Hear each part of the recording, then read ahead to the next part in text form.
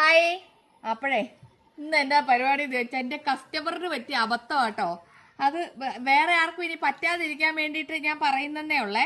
അതായത് എനിക്ക് ഇന്നലെ രാത്രിയായപ്പോൾ ഒരു കോൾ വന്നു കേട്ടോ. അയ്യോ മോളെ, തേൻ കൊണ്ടുവന്നപ്പോൾ നല്ല തേനായിരുന്നു, കുടിച്ചു നോക്കി അടിപൊളി തേനായിരുന്നു. പക്ഷെ കുറച്ച് കഴിഞ്ഞപ്പം അതാകെ മൊത്തം കട്ടയായി, ഇനി ഒന്നിനും കൊള്ളില്ലാത്ത പരുവത്തിലായി എന്ന് എന്നോട് പറഞ്ഞേ. അപ്പൊ എന്നാ പറ്റി ചേച്ചിന്ന് വെച്ചാൽ, മോളെ ഫ്രിഡ്ജ് വെച്ച് എടുത്തു കഴിഞ്ഞപ്പോൾ മൊത്തത്തിൽ പണി പാളിപ്പോയിന്ന്. അയ്യോ ചേച്ചി, ഫ്രിഡ്ജിൽ വെക്കല്ലേ. ഇത് തേനിന്റെ കൺസിസ്റ്റൻസി എന്നുള്ളത് കണ്ടോ, ഇങ്ങനെ ഒഴുകി കളിക്കുന്ന തേനാണ് ഇത്. എന്നിട്ട് ഞാൻ കുറച്ചെടുത്ത് ഫ്രിഡ്ജിൽ വെച്ച് നോക്കിയത്, ഇത് കണ്ടോ ഇങ്ങനെ ഇരിക്കും, കട്ടായിട്ട് ഒരു ജെല്ലി ടൈപ്പ് പോലെ ആയിപ്പോവും. ഇത് കണ്ടോ ഇങ്ങനെ ഇരിക്കും കേട്ടോ. ഇത് ഞാൻ കുറച്ച് നേരം ഫ്രിഡ്ജിൽ വെച്ചുള്ളൂ, അപ്പം തന്നെ അങ്ങനെയായേ. ഇത് നമ്മുടെ അല്ലാത്ത തേൻ എന്ന് പറഞ്ഞാൽ ഇങ്ങനെ നല്ല ലൂസായിട്ടുള്ള സാധനമല്ലേ.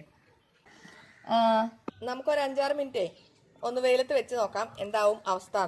പിന്നെ വേറൊരു സംശയമുള്ളത്, ചെറിയ തേനും വലിയ തേനും തമ്മിലുള്ള വ്യത്യാസം കേട്ടോ. കളർ ഡിഫറൻസ് തന്നെ കണ്ടാൽ നമുക്ക് മനസ്സിലാവും, നല്ല വ്യത്യാസമുണ്ടേ. ഇത് കുപ്പി കാണാൻ പറ്റുന്നില്ലെങ്കിൽ ഞാൻ ഒരു ഗ്ലാസ്സിൽ ഒഴിച്ച് കാണിക്കാം. ഇത് കഴിഞ്ഞ വർഷത്തെ തേനായോണ്ടാട്ടോ ഇത് ഈ ഒരു കളറിലിരിക്കുന്നേ. നമുക്ക് ഇപ്പം ആദ്യത്തെ എടുക്കലിനുള്ള തേന് ഈ കളറല്ല, വെളിച്ചെണ്ണയും തേനും തമ്മിൽ മാറിപ്പോവും. അത്രയും ട്രാൻസ്പെറന്റ് ആയിട്ടുള്ള കളറായിരിക്കും കേട്ടോ. പക്ഷെ അന്നേരം ആ തേൻ കൊള്ളില്ല എന്ന് വിചാരിക്കേണ്ട, അതും നല്ല തേൻ തന്നെയാണ്.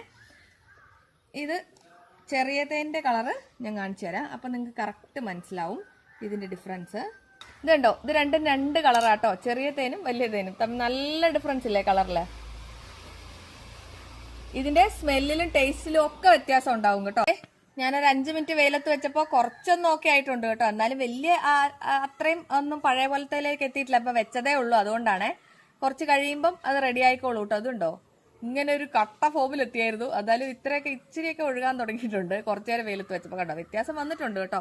അപ്പൊ ഇൻ കേസ് ആർക്കെങ്കിലും അബദ്ധം പറ്റിയിട്ടുണ്ടെങ്കിൽ വെക്കണ്ട കേട്ടോ. പുറത്ത് വെച്ചാലും ഒന്നും പറ്റൂല.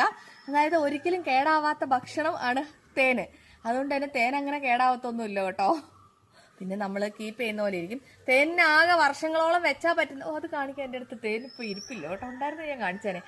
പഴയ തേനുണ്ടെങ്കിൽ നമ്മളൊക്കെ ഇവിടെ ഇങ്ങനെ വെച്ച് വെച്ച് വെച്ച് വെച്ച് വെച്ച് വെച്ച് വെച്ച് ഇങ്ങനെ പണ്ടത്തെ കാലത്തായ തേനില്ലേ, ആ തേനിന് എന്താ പറ്റിയെന്ന് വെച്ചാൽ അത് കേടുവരില്ല. ഇത് ഇരുന്നിരുന്ന് അതിനകത്തെ വെള്ളം മൊത്തം പറ്റിയിട്ട് ഒരു ക്രിസ്റ്റൽ ഫോമിൽ ഇങ്ങനെ ഇരിക്കും. അത് മാത്രമേ ഉള്ളൂ കേട്ടോ.